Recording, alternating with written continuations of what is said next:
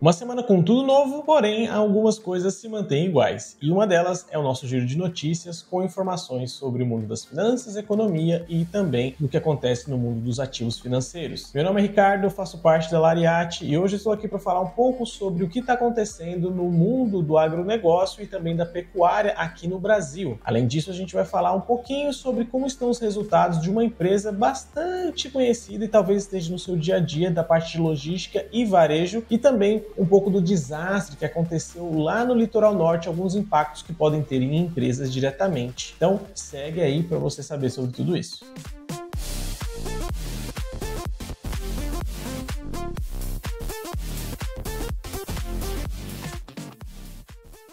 E se você acha que o mercado não estava às mil maravilhas, se prepara que o barato pode ficar louco. E trocadilhos cretinos à parte, essa semana as empresas de frigoríficos tiveram uma queda bastante significativa por conta de um problema que foi encontrado em um dos animais aqui do Brasil. E quando eu falo de problema, estou falando de uma suspeita que foi confirmada da doença da vaca louca. E aí, por conta disso, fez com que as empresas de frigoríficos aqui no Brasil tivessem uma média de queda ali por volta dos 8%. Essa é uma doença que a gente já viu algumas vezes e é sempre um problema, porque uma vez que ela é detectada em animais, em qualquer lugar, alguns protocolos sanitários são ativados. E como o Brasil é um grande exportador, ele coloca alguns dos nossos parceiros comerciais em alerta. E o primeiro impacto que a gente tem é que a China vai cessar temporariamente a importação de carne brasileira, até que todo esse problema, essa questão seja colocada bem clara se isso vai ser realmente uma epidemia entre o gado local ou se realmente foram casos isolados e que eles vão simplesmente tirar esses animais de circulação para que não passe essa doença para os demais. E como eu mencionei, essa doença não é nova, nós já tivemos casos tanto aqui no Brasil como em outros lugares e a gente consegue olhar um pouco para embargos e até situações parecidas para tentar entender o quanto isso vai impactar de verdade no mercado brasileiro e nas nossas vendas internacionais. Em 2019, nós tivemos casos isolados de encefalopatia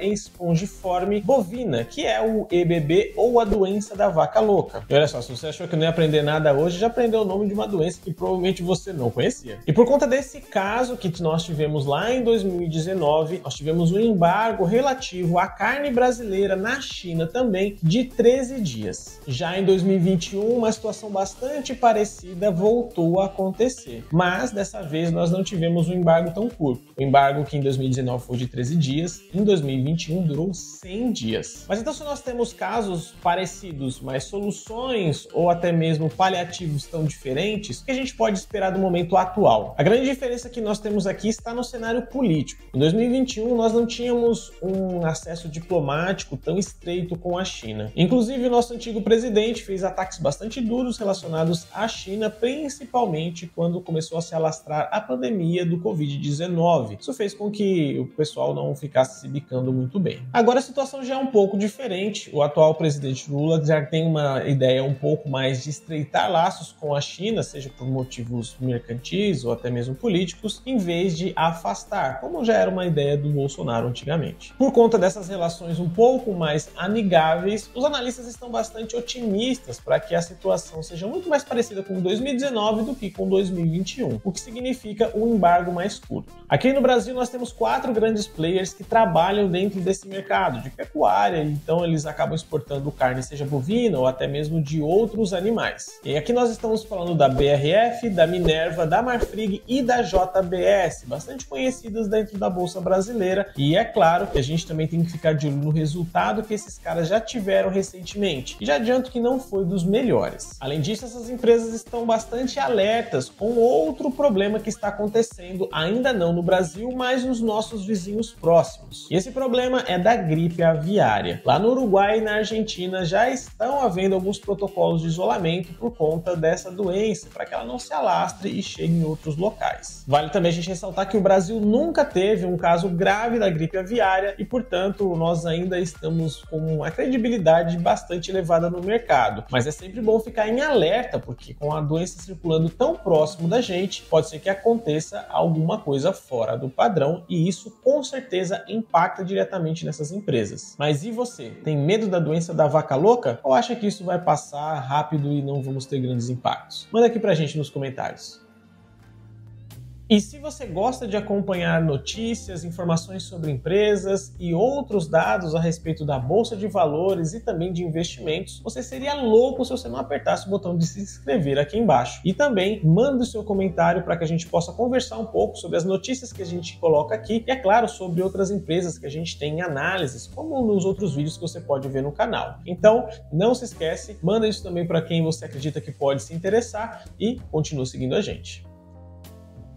E para os fãs de logística e varejo, o Mercado Livre vem bastante forte com seus resultados do último trimestre. E aqui é uma das empresas que a gente não precisa fazer grandes explicações, porque provavelmente você conhece e já usou ela no seu dia a dia. Mas se você não souber do que eu estou falando, o Mercado Livre é um marketplace, ou seja, é uma vitrine onde várias pessoas conseguem colocar os seus produtos ou suas lojas ali dentro para que ele faça a distribuição desses seus produtos. E no caso do Mercado Livre, ele começou com essa ideia, mas ele expandiu para várias outras áreas, ficando bastante especializado na parte de logística, mas também foi abrindo outros braços, como a parte financeira, de pagamentos e por aí vai. E eu não sei aqui quanto a você, mas eu no início do Mercado Livre, por conta de terem pessoas físicas muitas vezes colocando seus produtos à venda ali, não tinha uma grande confiança no serviço da empresa. Via até com maus olhos nesse sentido. Mas todo esse meu preconceito foi quebrado uma vez que eu comecei a utilizar os serviços da empresa e vou te falar que eu nunca tive problemas. Inclusive hoje eu vejo ela como uma referência de excelência, principalmente na questão de prazos de entrega. E deixando um pouco do meu clubismo de lado, a empresa teve um resultado bastante interessante no quarto trimestre de 2022, chegando a um lucro líquido de 164,7 milhões de dólares. E esse resultado ficou bastante acima das projeções, que já eram tanto otimistas por conta do setor varejista, que era de 125 milhões. E se não bastasse eles estarem quebrando as expectativas no sentido positivo, eles também estão convertendo o que foi um prejuízo no ano passado, se a gente comparar o mesmo trimestre, de 46,1 milhões de dólares. Então eles estão com uma recuperação bastante rápida e acentuada. E outra coisa que chama bastante atenção é eles conseguirem esse resultado dentro de um cenário macroeconômico que não é favorável. Nós vemos o mundo inteiro com alerta de uma possível recessão. Além disso, a gente vê taxas de juros muito elevadas aqui no Brasil, mas também no mundo afora é um padrão que se repete. E isso afeta o setor varejista sempre.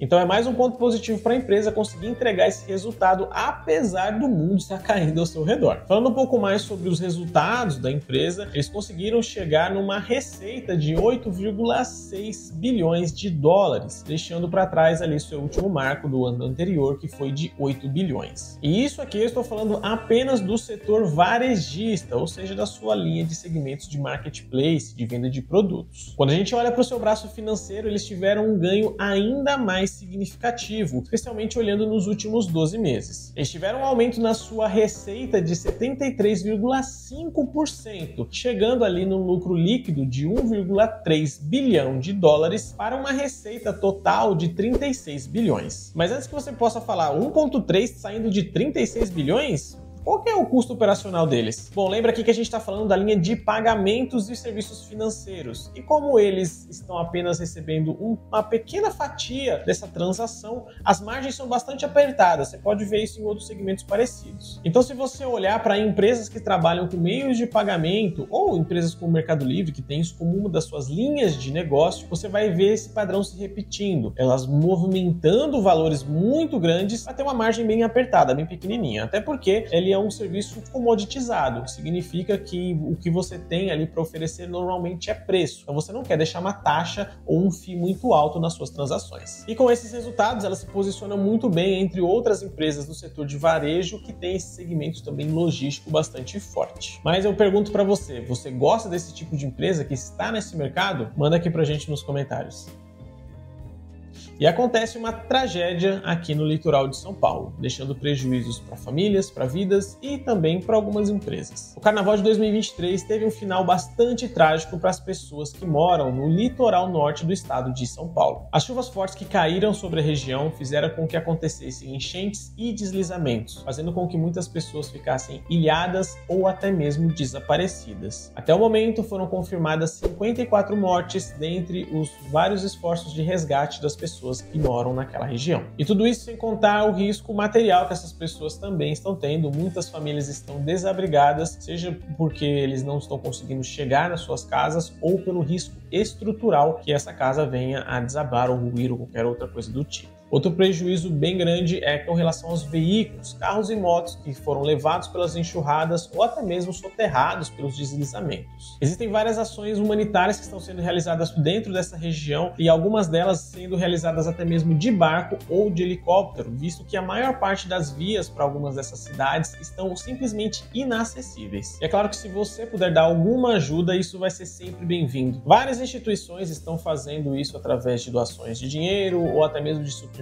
diretamente, se você estiver mais próximo dessa região, e estão fazendo um trabalho bastante sério e, claro, se preocupando com o bem-estar dessas pessoas que estão num momento tão difícil. Se você tem vontade de ajudar, procure alguma dessas instituições mais próximas de você, ou que seja mais viável para que você possa dar esse auxílio, e com certeza vai ajudar e mudar a realidade de muitas pessoas. Indo um pouco para o nosso foco, que é de falar sobre economia e também sobre a parte das empresas que podem ser afetadas por esse tipo de coisa, nós temos um caso bastante específico aqui, que é o da própria Porto Seguro. A Porto Seguro é uma seguradora que trabalha principalmente com seguro automotivo e por conta desse desastre, a sua taxa de sinistros acabou aumentando bastante. O levantamento feito pela Federação Nacional de Seguros Gerais acabou concluindo que existem cerca de 1.500 veículos que ainda precisam de atendimento, ou seja, eles ainda precisam ser resgatados do desastre que aconteceu ali na região do litoral norte de São Paulo. Isso sem contar os quase 3.000 veículos que já foram socorridos durante os dias 19 e 20, ou seja, é um número muito alto de veículos que foram danificados ou simplesmente destruídos completamente durante a enxurrada. E um dos grandes problemas que eles estão enfrentando é a dificuldade de circulação ou até mesmo de acesso. Certos lugares estão inacessíveis via terrestre, então esses grupos de resgate ou de apoio de seguradoras dificilmente vão conseguir chegar antes de que seja feito um trabalho muito extensivo de fazer com que esses locais sejam acessíveis novamente, limpando estradas, ruas e por aí vai. Bom, agora como que a gente calcula o impacto financeiro para essa empresa nesse tipo de situação? A primeira coisa que a gente tem que levar em consideração é que a Porto Seguro não é uma empresa que está aí desde ontem, é uma empresa que já tem um certo tempo e trabalha com isso diretamente, então conhecem bem o mercado. Outra coisa é que eles estão aqui no Brasil e sabem muito bem que nós estamos numa zona tropical, o que significa que nós temos períodos sazonais. E essa sazonalidade acontece no aumento de sinistros, principalmente entre o mês de dezembro e março. Não é à toa que as águas de março fecham o verão. E para as fortes chuvas que são esperadas todos os anos dentro desse período, além de outros sinistros que acabam aumentando, como furtos, roubos e etc., eles já têm provisões para justamente suprir essa necessidade. Inclusive, a própria Porto Seguro chegou a mencionar que esse problema não deve gerar um grande impacto para a empresa, uma vez que essas provisões já estavam mais ou menos ali preparadas. A empresa, inclusive, vinha melhorando seus resultados. Eles chegaram no ROI, ou retorno sobre o seu patrimônio, de 21,5% no quarto trimestre de 2022. Isso é um resultado bastante expressivo, principalmente quando a gente vê o salto que aconteceu nesse mesmo ano. No segundo trimestre de 2022, eles estavam com um ROI de 3,8%. Então, chegar a 21,5% é um salto bastante grande. O impacto financeiro direto estimado pela companhia é de cerca de 20 milhões de reais. Esse cálculo foi feito com aproximadamente 200 veículos que teriam perda total durante todo esse problema e uma média de 100 mil reais para aprovisionamento desses carros. Além disso, eles estão esperando outros acionamentos mais pontuais e com problemas menos complexos, como uma pane elétrica devido às chuvas ou coisa do tipo. E para esse segmento de sinistros, eles estão provisionando cerca de 6 milhões, que eles acreditam que é o necessário para arcar com esses problemas.